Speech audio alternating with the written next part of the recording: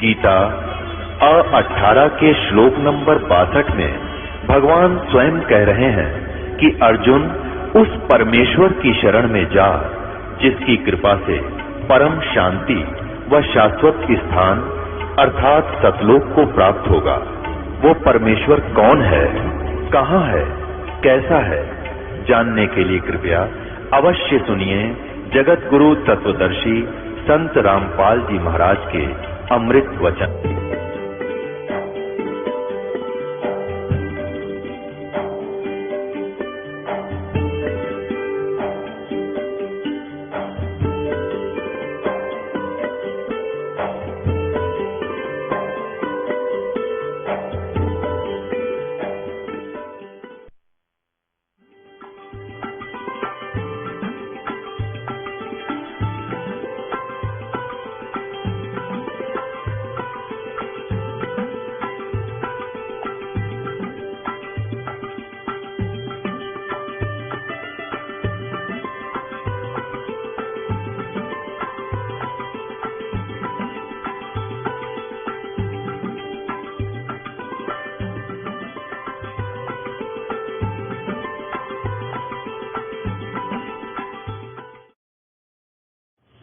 इसका सीधा अर्थ है, गीता ज्ञानदाता कहता है कि जो ज्ञानी आत्मा वो है तो अच्छी आत्मा बेचारी परमात्मा के लिए उन्होंने शरीर सौंप दिया, परवाह नहीं की अपने तन की। लेकिन ये मेरा मत है, लेकिन वो सभी युक्त आत्माएं, सही युक्त आत्मा, वह अच्छी आत्मा, उदार आत्मा मेरे वाली अनुत्तम गति में ही आस्थित है, आश्रित है। अनुत्तम माने यहाँ सिर्फ आपने घटिया लगा देना, यहाँ पर मेरे वाली घटिया में गति में भी अच्छी प्रकार स्थित है। अब ये और एक कंसेप्ट क्लियर कर देते हैं। 5 मिनट का सत्संग और सुनो प्यार से। पुण्यात्माओं, मेर है मालिक की आपके ऊपर, इतनी दूर आए हो, इतनी सर्दी में तो इंसान पड़ोसी दूसरे घर मकान में भी कोई नहीं जाए उठ के, और आपके ऊपर मेर की है, प्रेरणा दी परमात्मा ने, और आपको इतनी दूर, कोई तो 5,000 किलोमीटर थे, कोई 500 किलोमीटर थे, कोई 100 किलोमीटर से, 20 किलोमीटर से सभी आए यहाँ पर। कहते करे करावे साईं या मन में लहर उठा, और दादू से दरजीव का वो आप बगल हो जा। अपनी प्यारी आत्माओं को परमात्मा ही प्रेरणा करके यहाँ लाते हैं। और इतना सुंदर समय, दिन में अपना काम कर लिया, या दूर से आए हैं 2-3 दिन की छुट्टी मार लो, 365 दिन है, इसमें कितना कला तोड़ लियो तुम कमाई करने का। और भगवान राजी हो गया थे, मनमाने एक के दिन में पूरे कर दे आपके, तो हमने भगवान राजी करना पड़ेगा, फिर आपके सारे काम होंगे। अब देखो कितना बढ़िया व्यवस्था करी अपने बच्चों के लिए, मालिक कितना दयालु है कबीर जी। नीचे मैट बिछाए अपने बच्चों के लिए, और कितनी अच्छी काची रजाई ताजी भरवा के दरवा रखी इन दासों के द्वारा, और रिवोर्ड के रजाई बैठे आराम से उसके बच्चे।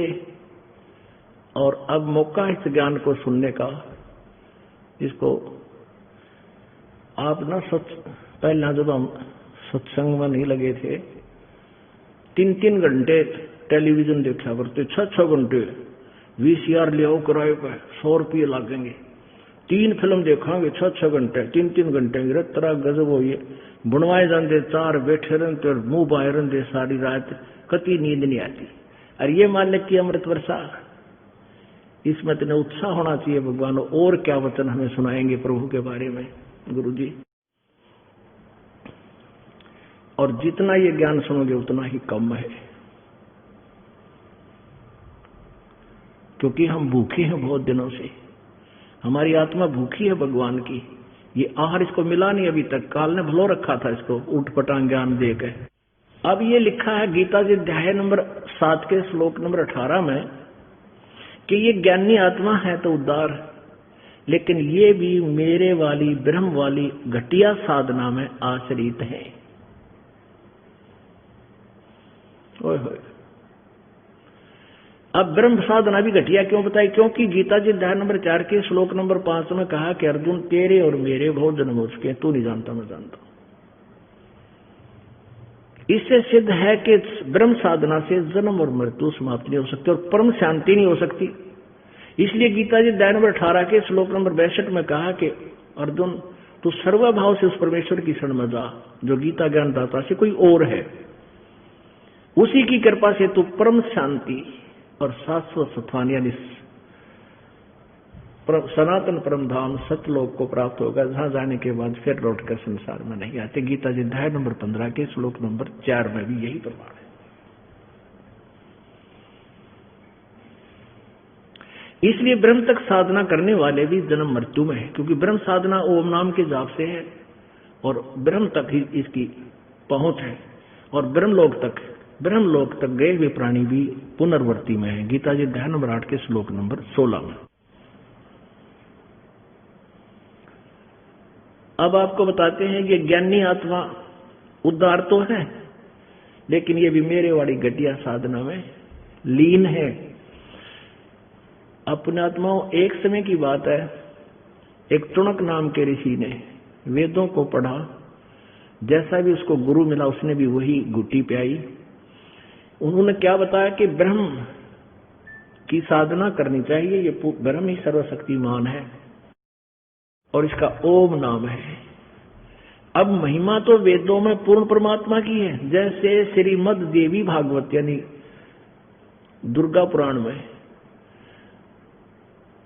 गीता प्रेस गोरखपुर से प्रकाशित में 562 और 63 पृष्ठ पे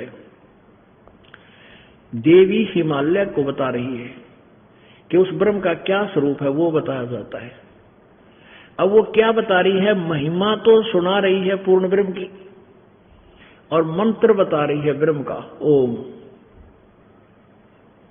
एक बार वो भी पढ़ ले थोड़ा सा, क्योंकि ये इसके साथ लिंक है।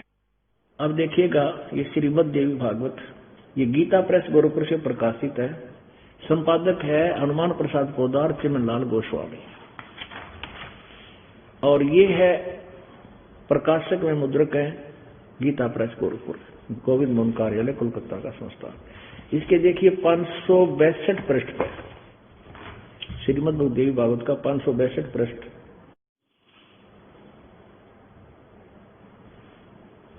और संक्षिप्त देवी भागवत 7वां सकंद है। और देवी हिमालय को ज्ञान दे रही है, देवी के द्वारा हिमालय को ज्ञानोपदेश और ब्रह्म स्वरूप का वर्णन। देवी कहने लगी, पर्वतराज इस प्रकार योग युक्त होकर मुझ ब्रह्म स्वरूपा देवी का ध्यान करें। यह ध्यान आसन पर भली भांति बैठकर अहतु की भक्ति के साथ करना चाहिए। अब कहती है उस ब्रह्म का क्या स्वरूप है, यह बतलाया जाता है। उस ब्रह्म माने तत्ब्रह्म। गीता जी अध्याय नंबर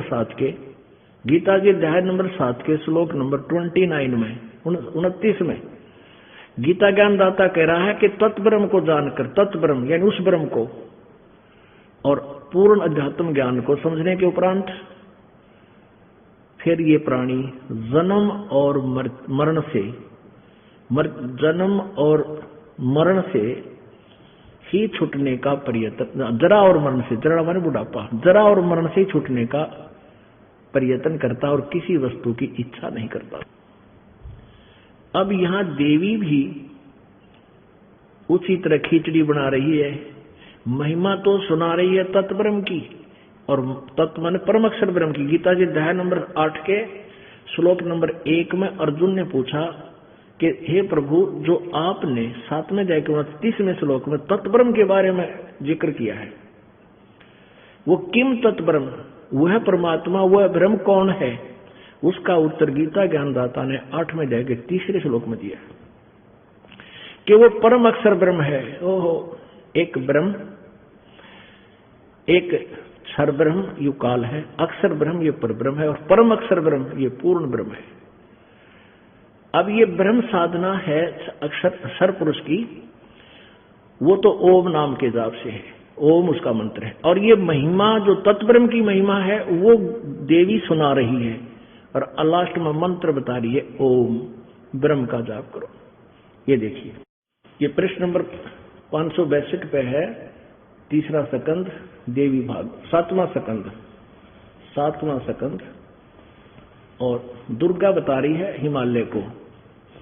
श्री देवी जी कहने लगी, उस ब्रह्म का क्या स्वरूप है यह बतलाया जाता है, जो प्रकाश रूप, सबके अत्यंत समीप में स्थित, हृदय रूप गुहा में स्थित होने के कारण गुहाचर नाम से प्रसिद्ध और महान पद अर्थात परम प्राप्य है। वह समस्त प्रजा के ज्ञान से परे है, अर्थात किसी की बुद्धि में आने वाला नहीं है। ये है महिमा परम अक्षर ब्रह्म की, तत्व ब्रह्म की। यह तुम जानो, जो परम प्रकाश रूप है, जो सूक्ष्म से भी अत्यंत सूक्ष्म है, जिसमें संपूर्ण लोक और उन लोकों में निवास करने वाले प्राणी स्थित है, वही यह अक्षर ब्रह्म है। वही प्राण, वही सबके प्राण है, वही सबकी वाणी है और वही सबके मन है। यह परम सत्य और अमृत अविनाशी तत्व है। सौम्य, उस वेदने योग्य लक्ष्य का तुम वेदन करो, मन लगाकर उसमें तन्मय हो जाओ। सौम्य, उपनिषद में कथित महान अस्त्र रूप धनुष लेकर उस पर उपासना द्वारा तीक्ष्ण किया हुआ बाण संधान करो और फिर भावनागुत चित्त के द्वारा उस बाण को खींचकर उस अक्षर रूप ब्रह्म को ही लक्ष्य बनाकर वेदन करो। महिमा तो अविनाशी परमात्मा की कह रही है और मंत्र बता रही है। परवर्ण ओम तो धनुष है और जीवात्मा बाण है और ब्रह्म को उसका लक्ष्य कहा गया। अब ब्रह्म लक्ष्य बता दिया लास्ट में। ओम एक अक्षर नाम तय ब्रह्म की साधना करो, सीधा सा अर्थ है। उस एकमात्र परमात्मा को ही जानो, उस तत्व ब्रह्म को ही जाने, दूसरी सब बातों को छोड़ दे। यही अमृत रूप परमात्मा के पास पहुंचने का पुल है। संसार समुद्र से पार होकर अमृत स्वरूप परमात्मा को प्राप्त करने का यही सुलभ साधन है। जिस प्रकार रथ के चक्कर में ऐसे उस हृदय में ही विविध रूप में प्रकट होने वाला पर ब्रह्म संचरण करता है, अर्थात अंतर्यामी रूप से वर्तमान है। उस आत्मा ओम का ओम के जप के साथ ध्यान करो। नाम तो बता रहे ओम, महिमा गा रहे पूर्ण ब्रह्म की और साथ में ब्रह्म का भी आखिर में फिर ब्रह्म पहला छोड़ती है। इससे अज्ञान में अंधकार से सर्वथा परे और संसार समुद्र से पार जो ब्रह्म है उसको पा जाओगे, तुम्हारा कल्याण हो। देख कहां से शुरू किया था, कहां खिचड़ी ला छोड़ दी और फिर कहा है कि वह ब्रह्म लोक में रहता है, वह यह सब का आत्मा ब्रह्म लोक रूप दिव्य आकाश में स्थित है। अपने आत्मा यहां गड़बड़ रहेगी, ना देवी को ज्ञान कि वो ब्रह्म, वो पूर्ण ब्रह्म कौन है, न ब्रह्म पर आगे छोड़ दिया और वो ब्रह्म लोक में रहता है। वहां चले जाओगे ओम नाम के जाप से। अब गीता जी अध्याय नंबर 8 के श्लोक नंबर 16 में कहा कि ब्रह्म लोक पर्यंत ये सभी पुनर्वर्ती में वहां तक भी जाने के बाद ये पुनर्जन्म होता है, जन्म मृत्यु बनी रहती है, मोक्ष प्राप्त नहीं कर सकते। यानी वो स्थान नहीं है जो गीता जी अध्याय नंबर 15 के श्लोक नंबर 4 में कहा कि उस तत्व ज्ञान की प्राप्ति के पश्चात उस परम पद परमेश्वर की खोज करनी चाहिए, जहां जाने के बाद फिर संसार में लौटकर वो साधक कभी नहीं आते। अब कितना अंतर हो गया ज्ञान में। अब यही बिजली गिरी हुई थी अभी तक। वो चुनक नाम का एक ऋषि था, उसने वेदों को पढ़ा और अपने गुरु से जाना। उन्होंने भी यही, जिस तरह देवी ने ज्ञान उलझा रखा है ऐसे उसने उलझा रखा था। महिमा तो पूर्ण परमात्मा की और मंत्र ओम ब्रह्म का दे दिया। उधर से ब्रह्मा जी जब कमल के फूल पर बैठे थे, बैठा रखे थे काल ने सर्वप्रथम, जब इसका जन्म हुआ, जन्म तो पहले हो चुका था पर युवा होने तक इसको कोमा में रखा था ब्रह्मा को, और ब्रह्मा जी को कमल के फूल पर बैठा दिया, वहां सचेत कर दिया। देवी भाग 3 सकंद आप पढ़कर देखिए। ब्रह्मा जी कहते हैं मुझे नहीं मालूम मैं कहां से उत्पन्न हो गया, मैं कमल के फूल पर बैठा था। फिर आकाशवाणी हुई कि तप करो, मैंने 1000 वर्ष तक तप किया। फिर आकाशवाणी हुई सृष्टि करो। तो कहने का भाव ये है दास का कि इस काल ने वेदों से अलग खिचड़ी ज्ञान, शास्त्र विरुद्ध साधना और घुसेड़ दी। अब ब्रह्मा जी ने सोचा ये आकाशवाणी जो तप करने की थी ये परमात्मा की तरफ से आदेश है। उसके बाद में वेद प्राप्त हुए ब्रह्मा जी को, और वेदों को बाद में पढ़ा, उसमें ओम नाम पाया। तो ओम नाम और प्लस में ये तप हठ योग, ये दोनों मिला के और इसका अपने जीवन का डंगा कर लिया। ओम नाम के जाप से ब्रह्मलोक तक जाता है। ब्रह्मलोक में गया प्राणी भी पुनर्जन्म होता है, इसलिए इसको अनुत्तम साधना कही। एक चुनक नाम का ऋषि था, उसने ऐसे ही साधना की, ओम नाम का जाप किया और अपना तन मन शीश लगा दिया मालिक पे, सूख का काटा हो गए, परमात्मा तो पाया को नहीं, क्योंकि वेदों में वर्णित विधि से प्रभु प्राप्ति नहीं हो सकती। गीता जी अध्याय नंबर 11 के श्लोक नंबर 47-48 में कहा कि अर्जुन, ये मेरा वास्तविक रूप है, विराट रूप। इसको ना तो पहले किसी ने देखा, तेरे अतिरिक्त जो अब देखा है, और न ही आगे कोई देख सकता। और ये मेरा वास्तविक रूप यानी मेरी प्राप्ति, ब्रह्म प्राप्ति, ना वेदों में वर्णित विधि से, ना किसी जप से, न तप से, न यज्ञ से कोई नहीं कर सकता। इति सिद्धम कि वेदों में वर्णित विधि से परमात्मा प्राप्ति नहीं से और शक्ति, सिद्धियां और सुविधा प्राप्त होती है। इन ऋषियों को ये भी ज्ञान नहीं था, इसलिए इन्होंने ओम नाम के जाप से और हठ योग करके तप ताप करके परमात्मा तो मिला कोई ना, आखिर में अपनी थोड़ी वेदों विरुद्ध बना दी कि गो परमात्मा निराकार है। तो उस सिद्धियां आ गई, उसमें इतनी सिद्धियां आ गई जैसे सिद्धि होती है ना, कोई किसी को श्राप दे दे, तेरा नाश हो, आग लगा दे, यहां बैठा इतनी दूर तक, तो वो सिद्धियां आ गई। एक मानधाता चक्रवर्ती राजा था जिसका पूरी पृथ्वी पर शासन था, पृथ्वीपति चकवा, चकवे बोलते चक्रवर्ती राजा को। और वो क्या करते हैं कि अपने पूरी पृथ्वी के राजाओं को, जो उनके अंतर्गत आते हैं, अधीन होते हैं, अन्य नरेश, उनकी परीक्षा लेते हैं कि किसी ने तेरी जो है आधीनी को अस्वीकार तो नहीं कर दिया है। उसके लिए एक घोड़ा छोड़ता है, राजा का घोड़ा होता है वो अपना पर्सनल, और उसके गले में एक पंपलेट डाल दिया जाता है, तख्ती पर लिखकर डाल दिया जाता था, फट्टी पर। उस पर लिख दिया जाता था कि जिस भी नरेश ने चक्रवर्ती राजा की अधीनता स्वीकार नहीं है, वो युद्ध के लिए तैयार हो जाए। राजा के पास 72 करोड़ सेना है। अब किसी की हिम्मत नहीं पड़ी, ये पढ़ के उसके पास 72 करोड़ सेना है, सभी ने स्वीकृति दे दी, यानी घोड़ा नहीं पकड़ा। अब ये चुनक ऋषि साधना करता करता कई वर्षों तक बैठकर पाक के लीला हो रहा था। अब इसने देखा कि भाई इस घोड़े पर सवार क्यों नहीं है, पीछे सैनिक बहुत थे, वो घोड़ों पर सवार थे, एक घोड़ा बगैर व्यक्ति के था, वो वैसे खाली चल रहा था। उसने सैनिकों से पूछा कि सैनिकों, इस घोड़े पर सवार क्यों नहीं बैठा है, क्या कारण है? सैनिकों ने बताया कि राजा मानधाता चक्रवर्ती का राजा घोड़ा है, इस पर कोई नहीं बैठ सकता। और इसके गले में जो आपने पंपलेट पढ़ा है, क्या लिखा है कि इसमें लिखा है कि हम पूरी पृथ्वी पर घूम कर आए हैं। इसके आगे लिखा हुआ है कि जिस भी राजा को महाराजा की यानी सम्राट की अधीनता स्वीकार नहीं है, वो घोड़ा पकड़ दे और युद्ध के लिए तैयार हो जा। तो चुनक ऋषि ने पूछा भी क्या किसी ने भी घोड़ा नहीं पकड़ा पूरी पृथ्वी पर? नहीं, किसकी मां ने दूध पिला जो हमारे राजा की घोड़े को पकड़ ले, ऐसे कर दे वैसे कर दे। और पता है हमारे राजा के पास 72 करोड़ सेना है, कौन पकड़ सकता है किसी की हिम्मत?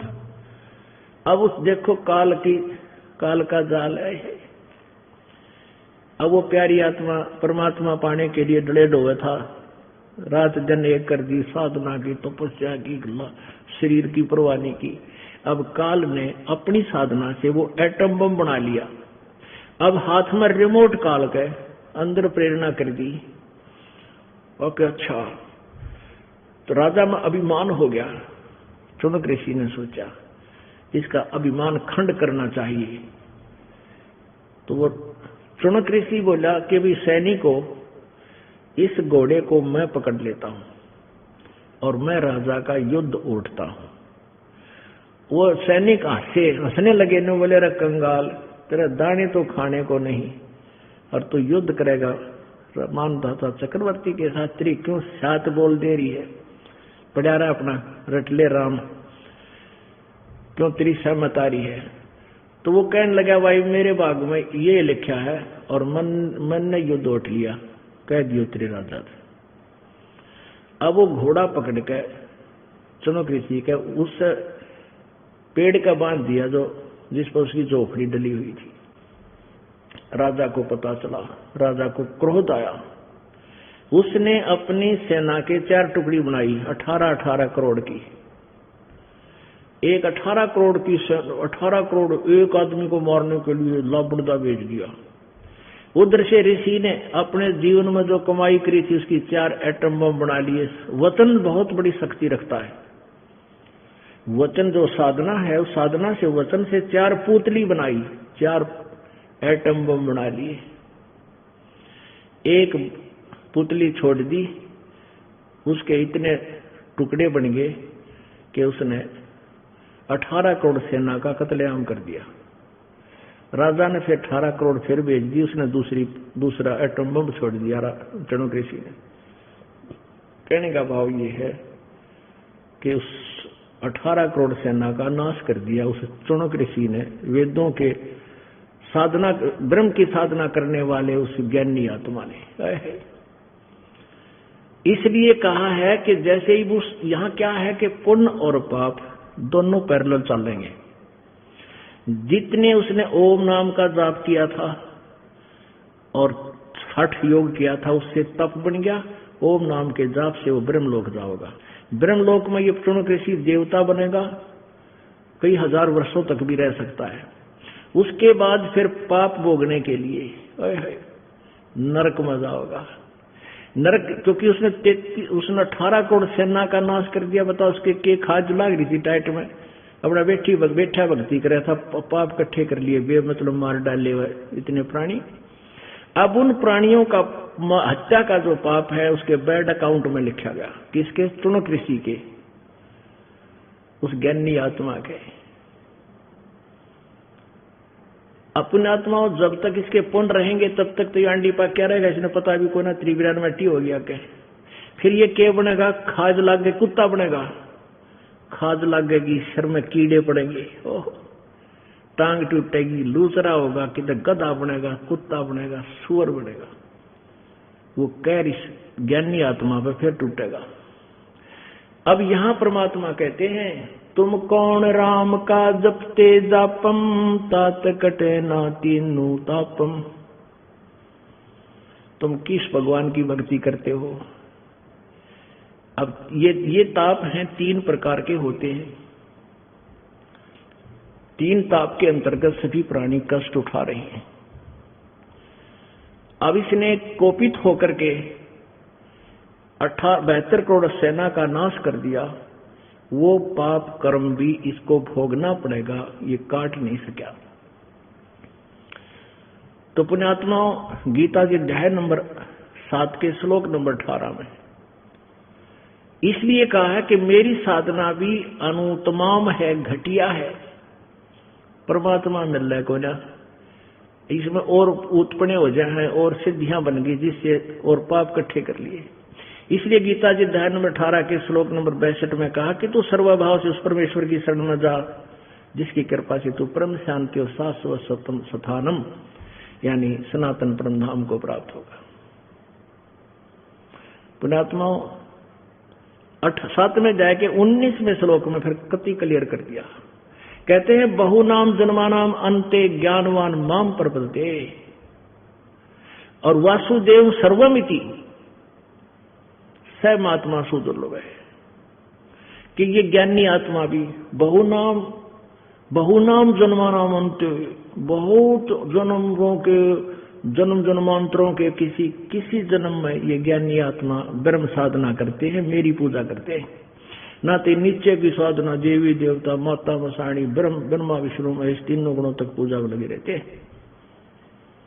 और वासुदेव सर्वमिति, स महात्मा सुदुर्लभ है। ओए होए, कि ये बताने वाला संत कि वासुदेव ही सर्वेश्वर है, वही पूजा के योग्य है, उसी की पूजा करनी चाहिए। वो पाप नाशक है, वो पूर्ण मोक्षदायक है, वो अविनाशी है, वो परम अक्षर ब्रह्म ही पूजा के योग्य है, वो वासुदेव है। उसके विषय में बताने वाला संत तो बड़ी मुश्किल से मिलेगा। ओए होए, अब इनका अनुवाद भी ना करना है, गीता अनुवाद करता हूं, क्योंकि ज्ञान तो था ही नहीं। सर्व कहते हैं बहुनाम जन्मानाम अंते ज्ञानवान माम प्रपद्ये, यानी जैसे ज्ञानियों के विषय में चर्चा चल रही है, तो कहते ये ज्ञानी भी कोई एकाध कितने जन्मों के अंत के जन्म में मेरी ब्रह्म तक की पूजा करते हैं। और वासुदेव सर्वमिति स महात्मा सुदुर्लभ है, ये बताने वाला संत कि नहीं, वो वासुदेव जिसके विषय में 18वें अध्याय के 62वें श्लोक में कहा है, कहते उसके विषय में बताने वाला वो महात्मा तो बहुत मुश्किल मिलेगा, सुदुर्लभ है। ओए होए, अपने आत्माओं, वासुदेव का क्या अर्थ है? वासुदेव श्री कृष्ण जी नहीं थे, वासुदेव श्री कृष्ण जी के पिताजी का नाम था। और वेदों में वासुदेव पूर्ण परमात्मा कबीर जी के विषय में कहा गया है। वासुदेव का अर्थ होता है जिसका सबके ऊपर अधिकार हो, जो सर्वव्यापक हो। सर्वव्यापक माने जैसे जिसका पूरे अनंत ब्रह्मांडों के ऊपर अधिपत्य हो, स वासुदेव, जिसका सबके ऊपर अधिकार है। जैसे ब्रह्मा विष्णु महेश, ये केवल एक ब्रह्मांड में एक विभागीय मंत्री है। रजगुण ब्रह्मा, रजगुण विभाग का ब्रह्मा जी, सतगुण विभाग के विष्णु जी, तमगुण विभाग के शिव जी। और ऐसे ऐसे 21 ब्रह्मांड है। एक ब्रह्मांड में ये एक एक लोक के ऊपर एक मंत्री है, पृथ्वी लोक, स्वर्ग लोक और पाताल लोक पर। इनके पिताजी जो है ब्रह्म, ज्योतिष रूपी जो गीता बोल रहा काल, ये 21 ब्रह्मांड का मालिक है और प्रत्येक ब्रह्मांड में एज ए मुख्यमंत्री रोल करता है, ये समझो। और ब्रह्म जो है 7 संख्य ब्रह्मांड का मालिक है, सर्वव्यापक। वासुदेव नहीं है ये, ना ब्रह्म वासुदेव है, ना पर ब्रह्म यानी अक्षर पुरुष वासुदेव है। वो तो जो पूर्ण परमात्मा है, जो असंख्य ब्रह्मांडों का मालिक है, वो वासुदेव है। कहते हैं वासुदेव सर्वमिति, वो वासुदेव सर्वशक्तिमान पूर्ण परमात्मा सर्वगतम ब्रह्म, वो परम अक्षर ब्रह्म ही पूजा के योग्य है, वही पाप नाशक है, वो वास्तव में विनाशी है और वो सतलोक में रहता है। ये ज्ञान देने वाला स महात्मा सुदुर्लभ है। वो महात्मा तो बहुत मुश्किल से मिलने वाला है। कहते कोट्यों मध्य कोई नहीं रे झूम करा, अरबों में कोई गर्क सुनो रही झूम करा, तत्व भेद कोई ना कह रही झूम करा, ये पैसे ऊपर नाच सुनो रही झूम करा। लुधियाना के पास एक वासियर गांव है और वहां से एक राम राय नाम का एक जमींदार किसान आया, सरदार जी। गरीबदास महाराज जी छोडानी गांव, जिला झज्जर, हरियाणा में उस समय सहशरीर थे और उनको परमात्मा 10 वर्ष की आयु में कबीर जी आकर के मिले थे सतलोक से, और सचखंड सारा सतलोक आगे दिखाकर वापस उनकी आत्मा को शरीर में छोड़ा था। गरीबदास जी को मृत जान करके उनको पीछे से जलाने की तैयारी कर दी थी, तभी उनकी आत्मा वापस प्रवेश हुई थी।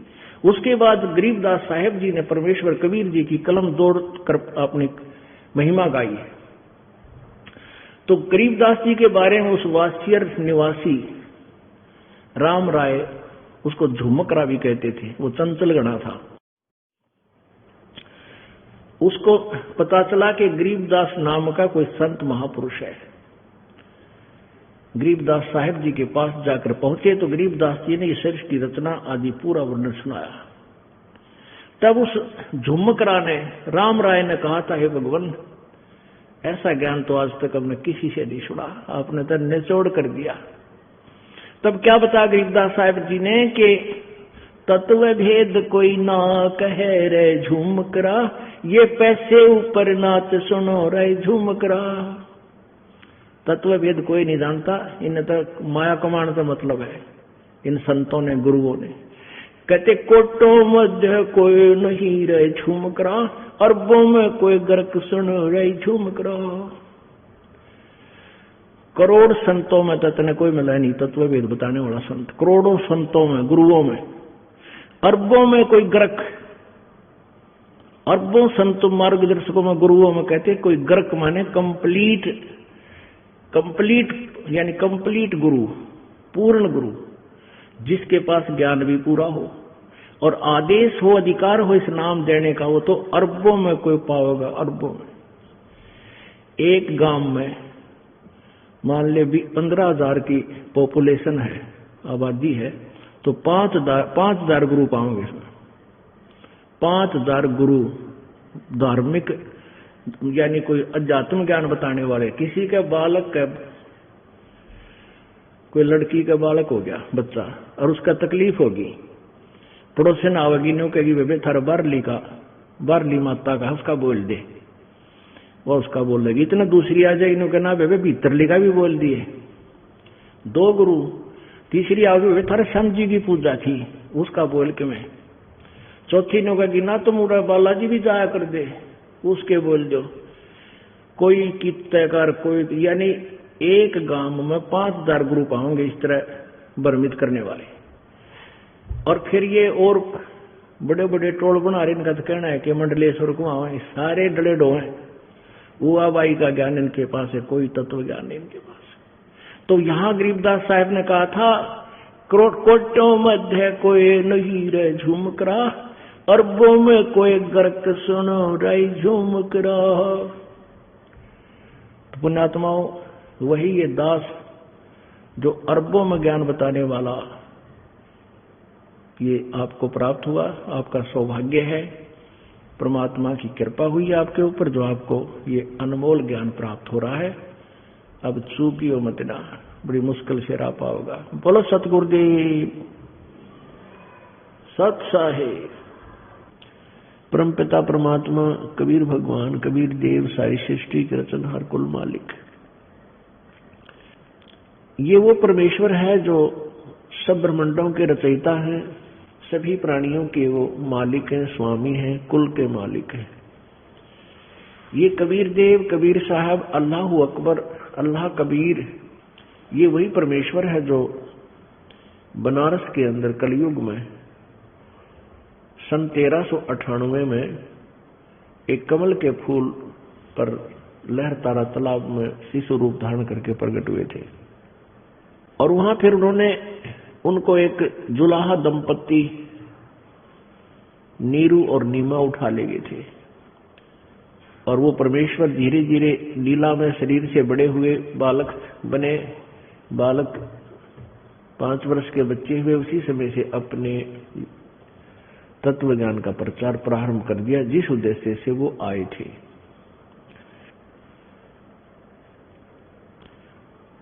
जब परमात्मा सर्वप्रथम इस काल के लोक में आए थे, जिस समय परमेश्वर कबीर जी अपने पुत्र जोगजीत का रूप धारण करके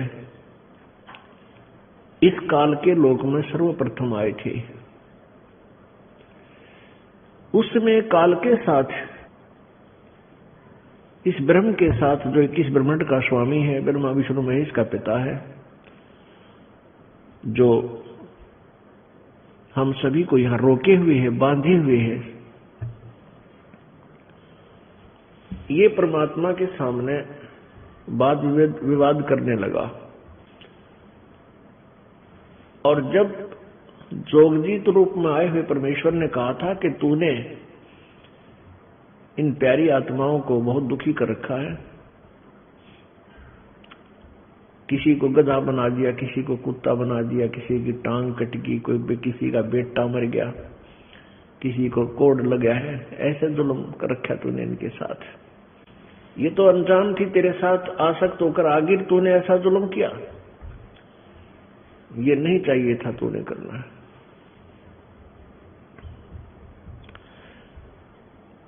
और जोगजीत ने अर्थात परमेश्वर कबीर जी ने जोगजीत रूप में आए हुए ने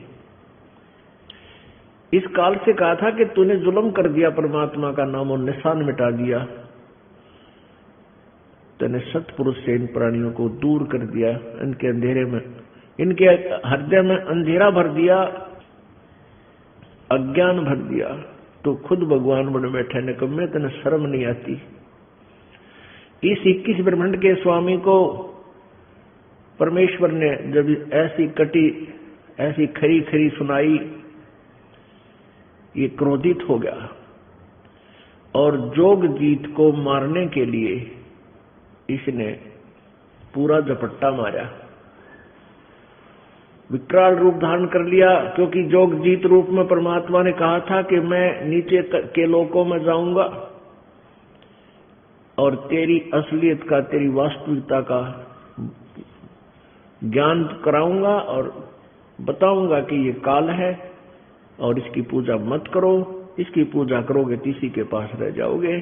पूर्ण परमात्मा की भक्ति के मार्ग को मैं बता के आऊंगा जो तूने छुपा दिया, नहीं बताया इनको। इस बात से कोपित होकर, इस बात से क्रोधित होकर के काल ने जोगजीत जी को मारना चाहा। अब परमात्मा आप आरती, आप साजे, आप किंगर, आप बाजे, आप ताल झांझनकारा, आप नचे, आप देखना, कह कबीर ऐसी आरती गाऊं, आप मध्य आप समाऊं। तो यहां क्या कह रहे हैं कि वो हम भोली आत्माओं को एक संकेत बता रहे हैं। एक धर्मदास जी नाम की महान आत्मा, अच्छी आत्मा, बांधवगढ़ में रहते थे। उनको परमात्मा मथुरा में मिले थे, ऐसे ही सतलोक से चलकर आए हुए थे। उसमें वो बनारस में रहते थे और वहां जाकर के मथुरा में मिले थे। तो धर्मदास जी को अपना पूरा ज्ञान सुना रहे हैं। तो धर्मदास जी को बता रहे हैं कि धर्मदास, जब मैं सर्वप्रथम इस काल के लोक में आया था तो काल ने मेरे साथ ऐसे ऐसे वाद विवाद किया था। ये मुझे मारने के लिए कबीर परमात्मा के ऊपर झटका, कबीर जी बता रहे हैं, यानी जोगजीत के ऊपर झपटा। तो धर्मदास जी को कहते हैं कि मैंने सतनाम का सुमन शुरू कर दिया, श्वास उश्वास से सिमरन शुरू कर दिया, वो मंत्र सतनाम का।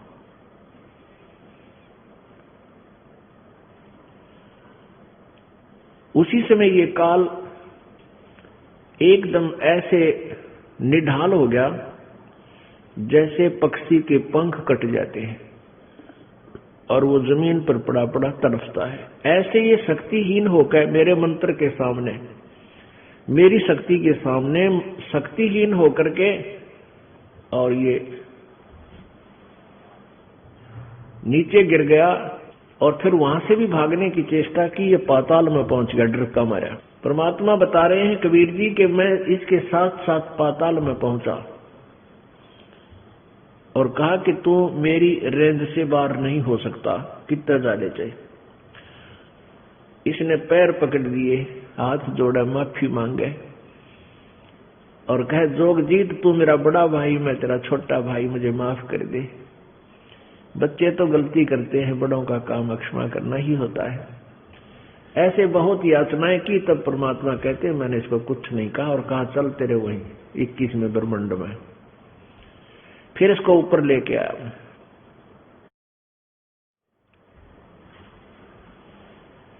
इसने चरण पकड़कर कहा कि प्रभु आप बेशक नीचे चले जाना और ज्ञान प्रचार कर लेना, पर मेरी कुछ प्रार्थना है, वो वचनबद्ध होकर के स्वीकार करो।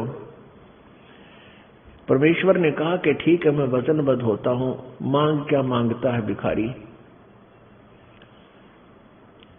इसने क्या मांगा कि प्रभु 3 युगों में जीव थोड़े ले जाना 3 युगों में जीव कम ले जाना, क्योंकि परमात्मा ने कहा था कि मैं नीचे जाऊंगा, तेरे यथार्थ तेरी वास्तविकता से परिचित कराऊंगा कि ये काल है, इसकी भक्ति मत करो, पूर्ण परमात्मा की साधना करो, तुम सतलोक चलो, वहां के रहने वाले हो, तुम सभी आत्माएं वहां रहती थी, वहां सुखी थे, तुम इस काल के जाल में फंसकर तुम यहाँ तंग पा रहे हो, कष्ट उठा रहे हो, परेशान हो रहे हो। तो जो उस काल ने कहा कि प्रभु 3 युगों में जीव थोड़े ले जाना, और चौथा युग जब कलयुग आवे तब तो शरण जीव बहु जावे, ऐसा वचन हर मोय दीजे, तब तुम गवन संसार ही कीजिए। परमात्मा कहते हैं जब उसने मुझसे ये वचन मांगा कि 3 युगों में जीव कम ले जाना और चौथा युग जब कलयुग आवे तब आप कितने ही जीव ले जाना, ऐसा वचन हर मोय दीजिए, हे भगवान मुझे ऐसा वचन दे दो, फिर तुम चले जाना नीचे। तो परमात्मा ने कहा था ठीक है, 3 युगों में सतयुग त्रेता द्वापर में हम कम जीव ले जावांगे, और चौथे युग कलयुग में फिर मैं बहुत अपनी सभी पुण्यात्माओं को सत्मार्ग बताकर यहां से निकालूंगा। इस प्रकार परमात्मा जब प्रथम बार यहां आए तो काल के साथ उनका वाद विवाद हुआ। उसके विषय में आपको कबीर सागर से कुछ वाणी सुनाते हैं। पुण्यात्माओं, ये परमात्मा की यानी सत्यनारायण की कथा है। ये सत्यनारायण की, आप जी पहले सत्यनारायण की कथा सुना करते थे, और वो सत्यनारायण की कथा सुनाने वाले विष्णु जी को सत्यनारायण कहा करते थे। सत्यनारायण का अर्थ से भी परिचित नहीं थे वो लोग जो हमें कथा सुनाया करते थे। सत्यनारायण का अर्थ है सत साहेब। सत साहेब, सत साहेब का अर्थ है सत्यनारायण यानी सच्चा भगवान, अविनाशी परमात्मा, उसको सत्यनारायण कहते हैं। वो सत्यनारायण नहीं थे, अब सत्यनारायण कबीर परमात्मा है, पूर्ण ब्रह्म है। हम इस सत्यनारायण की कथा आपको सुना रहे हैं। धर्मदास जी को अपने बारे में जानकारी देते हैं, और साथ में हमें भी ये परमात्मा सतर्क करते हैं कि आपके ऊपर कभी कोई काल का अटैक हो, उसमें आप सतनाम का सिमरण प्रारंभ कर देना। परमात्मा हमें ये याद दिलाते हैं कि जब तुम्हारे ऊपर काल का कोई अटैक हो, उस समय सतनाम का सिमरण प्रारंभ कर देना, और जिससे काल का जो अटैक है, आक्रमण है, उसका दबाव है, वो निष्क्रिय हो जाता है। धर्मदास जी को परमात्मा बता रहे हैं कि मैं किस लिए यहाँ आपको संभालने के लिए आया। कबीर परमेश्वर जी बता रहे हैं कि तुम मेरी आत्मा हो, और तुम अपनी गलती से इस काल के साथ यहाँ आ गए इसके लोक में।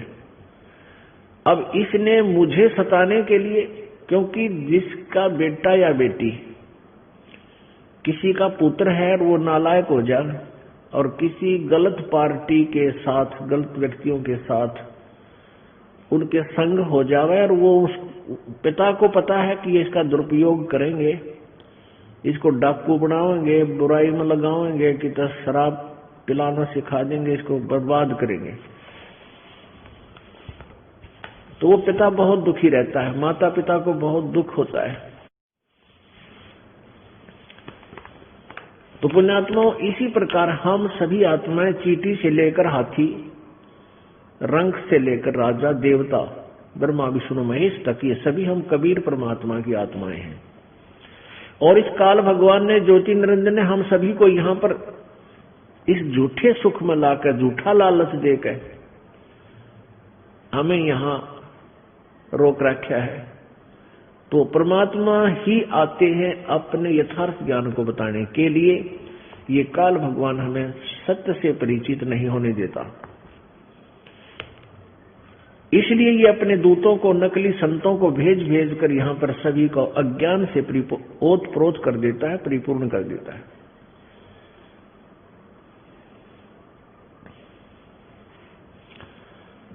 जब ये प्राणी तपस्शिला के ऊपर 21वें ब्रह्मांड में, यहां काल के 21 ब्रह्मांडों में एक 21वां ब्रह्मांड है सबसे ऊपर, उसमें इसने एक तपस्शिला बना रखी है। काल भगवान ने तपत की टुकड़ी, अपने आप जलती हुई एक टुकड़ी स्वतः जलती रहती है ऑटोमेटिकली, जैसे तवा जलाकर गर्म रहता है तवा जिस पर रोटी पकाते हैं, इस टाइप की तई समझो।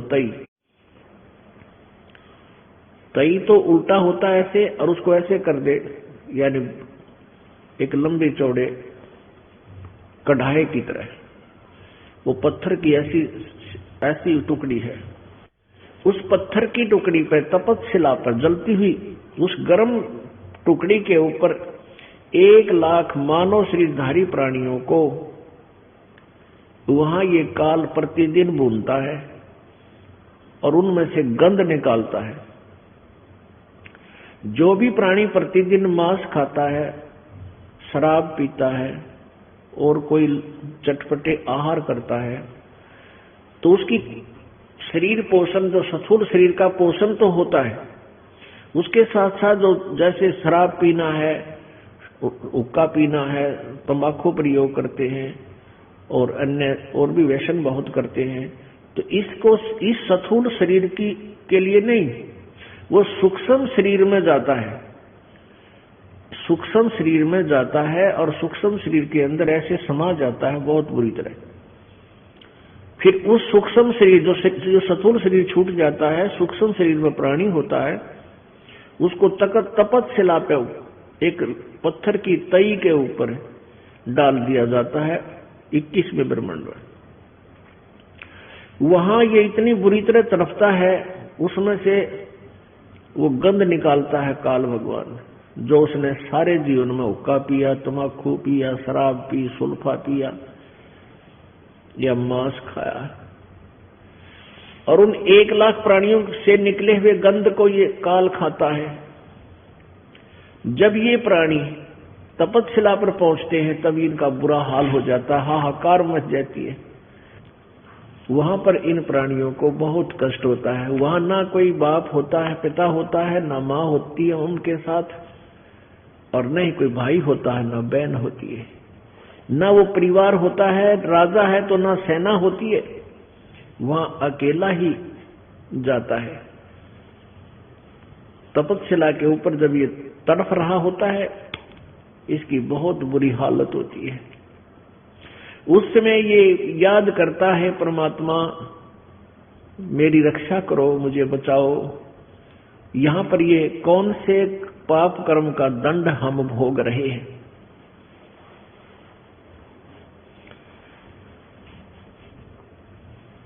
अपुण्यात्माओं, काल को साप लगा है 1,00,000 मानव शरीरधारी प्राणियों का नित आहार करने का,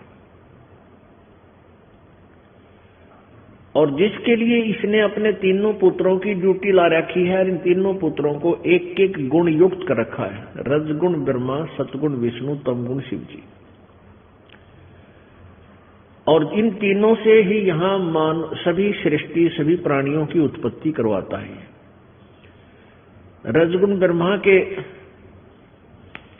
इस रजोगुण के प्रभाव से सभी प्राणी संतानों उत्पत्ति करते हैं, और विष्णु जी के सतोगुण के प्रभाव से एक दूसरे में ममता, एक मोह, आपस में जो प्यार, ये उससे यहाँ चिपके रहते हैं।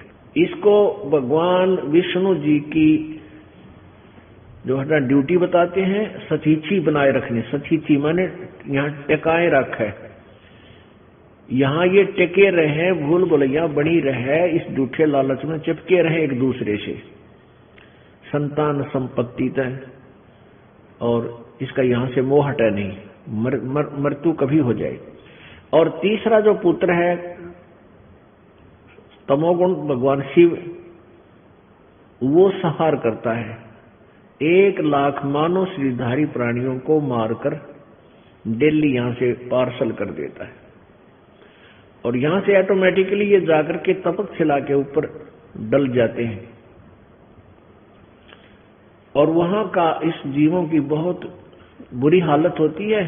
तब ये भगवान को याद करते हैं। कबीर सागर में परमेश्वर की अमृतवाणी में वर्णन दिया है प्रभु ने स्वयं अपनी अमृतवाणी में।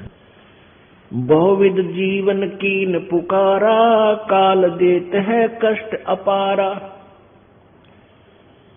यम का कष्ट सहा ना जाई, हे सतगुरु तुम हो सहाई। वहां काल इस तपस्या के ऊपर प्राणी तड़फ रहे हैं और कह रहे हैं बहुविध जीवन कीन पुकारा। बहुत प्रकार से प्राणियों ने वहां पुकार की। ये काल देत है कष्ट अपारा, यम का कष्ट सहा ना जाई, हे सतगुरु तुम हो सहाई। हे परमात्मा आप हमारी मदद करो। अब वहां जाकर के जब ये प्राणी तपस्या पर होता है तो वहां ये गुरु भी होते हैं जो नकली गुरु बनकर दुनिया को भ्रमित कर रहे होते हैं, और वहां पर कोई विष्णु जी का उपासक है, कोई शिव जी का उपासक है, कोई ब्रह्म उपासक है, कोई दुर्गा का उपासक है, कोई वैसे बिना उपासक भी है जो सारा लफंडरपना करते हैं। अब सभी सोचते हैं कि वे हमने वहां कहते हैं कि हमने भक्ति भी की और हमारा कोई आड़े आई नहीं, ये बिजली क्यों कर गिरी, अब हम दुख क्यों पा रहे हैं। तो पुण्यात्माओं परमात्मा कबीर जी हमें यही बताने के लिए आते हैं कि जो तुम साधना करते हो शास्त्र विरुद्ध है, वो सत्य साधना नहीं है। और काल चाहता है ये प्राणी गलत या तो पूजा करे नहीं, बीड़ी शराब मांस तमाकू माया जोड़न तोड़न पर सारा जीवन बर्बाद कर दे, और भक्ति करे तो नकली करे, असली भक्ति ये ना कर सके ताकि मेरे जाल से निकल ना जाए। अब वहां जाने के बाद फिर कोई चारा नहीं रहता, इनको रोना रोना शेष रह जाता है। जो गुरु मर गया ना चेले साथ गए, वहां अकेले के जूते लग गए। तो इसलिए हमने और वो पाप और इकट्ठा कर लिया, झूठे नकली चेले बना के नकली गुरु बन के। पुण्यात्माओं सबसे बड़ा दुष्ट सबसे बड़ा दुश्मन हमारे मानव समाज का ये नकली गुरु है, झूठे गुरु हैं जो परमात्मा से दूर रखते हैं। वो परमात्मा के भी शत्रु हैं। अब वो अनजानपने में ये ड्यूटी अपना कर रहे हैं, करते और काल से प्रेरित हैं। वो घर से निकलते हैं परमात्मा पाने के लिए। अब उनको कोई ऐसा संत मिलता नहीं, उनको ऐसे ही सिरफिरे गुरु मिल रहे। फिर कुछ दिनों में वो खुद भी गुरु बन जाता है, क्योंकि 2 रोटी चाहिए। रोटी के लालच में और एक आश्रम बनाना पड़े, कुटिया बनानी पड़े, उस लालच में फिर वो गुरु बनके और चेलों से सेवा प्राप्त करके अपना जीवन निर्वाह करता है, टाइम पास करता है। उसके पास ना भक्ति होती है, और उन भोली आत्माओं को परमात्मा से विमुख करके यानी झूठे पासपोर्ट बनाकर वो दोषी बन जाता है। उसको और ज्यादा अधिक कष्ट काल के लोक में अलग से नरक में डाला जाता है। अब जो ये नकली गुरु बने हुए हैं, ये कितनी पाप आत्मा कितने पाप को मारे। ठीक है, अब जिसको ना पता है, अनजानपने में गलती सबसे बन जाती है, और जब ज्ञान हो जाए कि भी ये तुम गलत कर रहे हो, परमात्मा तुमसे बहुत नाराज होगा, तुरंत त्याग देनी चाहिए, चाहे भूखा मरे। लेकिन परमात्मा कभी भी भूखा नहीं मरने देता। परमात्मा ने पेट में पाले हम, मां के गर्भ में हमारी परवरिश की। वहां कौन हमारे लिए आहार लेकर जाता था? परमात्मा ने ऐसा जुगाड़ जोड़ दिया, मां की नाभि से हमारी नाभि का कनेक्शन कर दिया, इंटरनल अपने आप परवरिश हो रही है। और जब बच्चा बाहर आता है मां के गर्भ से, तब दूध सतन में तुरंत आ जाता है, और उससे पहले दूध नहीं मां के सतन में। तो लीला मालिक की अब कितनी कहीं भी देख लो, दाता कच्चा काम नहीं करता। जब उस दाता ने इतनी चिंता है कि इसके दांत नहीं है, दूध चाहिएगा, तो पहले मां के सतन में दूध प्रवेश कर देता है, जो ही बच्चा बाहर आता है तुरंत दूध शुरू हो जाता है, नहीं उससे पहले दूध नहीं। तो फिर बाकी जो समय है हमारा, बाकी जीवन है, क्या उसमें परमात्मा अनभिज्ञ है? क्या भगवान को पता नहीं इसकी पूजा, इसकी सेवा मैंने कैसे, परवरिश कैसे करनी है? फिर भी व्यवस्था कोई जुगाड़ ओए जोड़ेगा। हम जोड़ते हैं तो हम गलत जोड़ लेते हैं। परमात्मा में विश्वास रखकर, और जब ज्ञान हो जाए उस त्याग दे उस प्रभुता को। परमात्मा को दास पसंद है, प्रभु पसंद नहीं। प्रभुता से दूर रहना पड़ेगा हमने परमात्मा को पाने के लिए। तो यहाँ वहां वो नकली गुरु भी वहीं पिट रहे हैं उस तपस्या पे, और चेले भी वहीं पड़े हैं तपस्या पे, उसके शिष्य भी। तब वो विवश हो जाते हैं विचार करने पर कि ये क्या बना हमारे साथ, क्या हुई भगवान।